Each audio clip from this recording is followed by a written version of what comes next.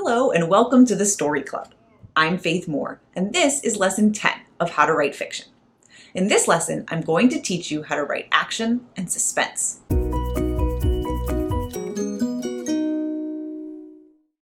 The Story Club is a place for writers, readers, and story enthusiasts to engage with the stories they love. If you're watching this video on YouTube, you can find a link to my website, faithkmoore.com, in the description to learn more. This course consists of 10 videos designed to teach you how to plan and craft your story. All 10 videos are completely free to watch. If you'd like to receive writing prompts and personal feedback tied to each lesson, visit faithkmoore.com and click on Course Offerings, then How to Write Fiction for more info, or just check the description of this video. If you're already watching this from my website, there's more info right on this page. Okay, on to the lesson. Writing action sequences and building suspense are two of the hardest things to do well.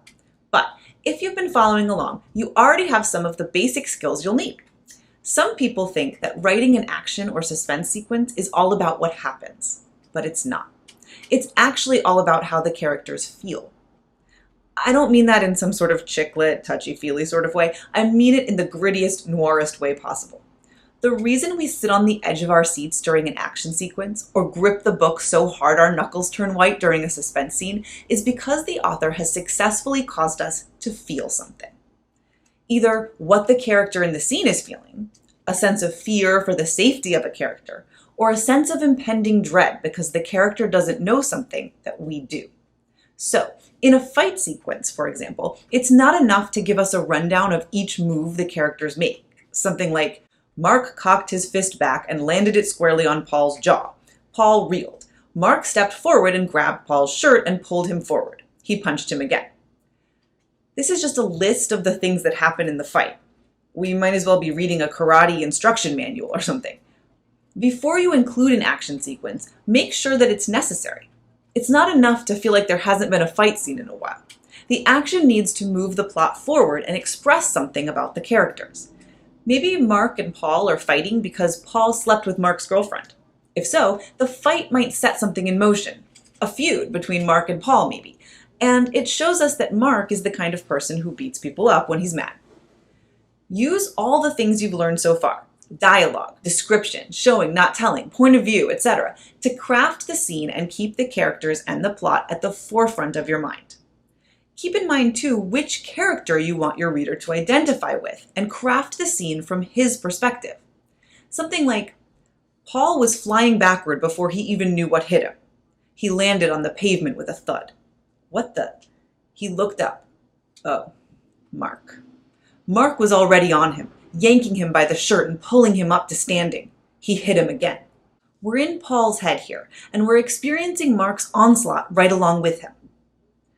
Let me just pause briefly to say thank you so much for being here. If you're enjoying this course, I hope you'll consider becoming a Story Club VIP. Becoming a Story Club VIP gives you access to a community of writers and readers, as well as exclusive content from me. Plus, it helps me to keep creating content like this. Please visit my website, faithkmoore.com, and click on Community for more info. I hope you'll join us. Okay, back to the lesson. Suspense is similar, but even harder. Sorry. If you want your reader to be on the edge of his seat, waiting for something to happen, hoping it doesn't, or does, or whatever, you need to ask yourself 3 things. What is it you want your reader to think might happen? Have you set it up so that your reader knows how awful it would be if it did happen, or didn't? And how long can you draw it out before we find out if it did happen without being boring? Just like action scenes, a suspense scene isn't just an isolated incident. It only works within the context of the story you're telling. A scene where a woman walks through a deserted house at night might be a mildly suspenseful scene because we can think of some generic things that might happen to her that would be bad. But it's much more suspenseful if she went in there because she thought she saw the killer she's been tracking for the entire book go in there. And if we know that this is in fact the killer's lair and he actually has a kidnapped girl locked in the basement right now, then her walk through the house becomes even more suspenseful. An action or suspense sequence is an expertly choreographed dance. It's your characters interacting with a series of events that ricochet off the elements of character and plot you've already set in motion to generate an action-packed, suspenseful scene. And remember what we learned about showing versus telling. You could say, she pointed her flashlight at the stairs and thought she saw something moving in the shadows. But instead you might try, her flashlight beam panned across the floor. A floorboard creaked. The light went wild, flinging shadows against the wall. Her breath was loud in the silence. The floorboard creaked again. Again, go back through lessons 5 through 9 for additional tips on how to describe a scene and the characters in it. And remember that the best action and suspense scenes keep the characters' experience, not their actions, at the forefront. Hey, guess what? You made it! If you've watched all 10 videos, you are now a Story Club How to Write Fiction course graduate. Congratulations! Thanks for watching How to Write Fiction. To practice writing action and suspense sequences, visit my website, faithkmoore.com, and order the writing prompt for Lesson 10. Once you've filled it out, I'll read it over and give you constructive feedback on how to improve.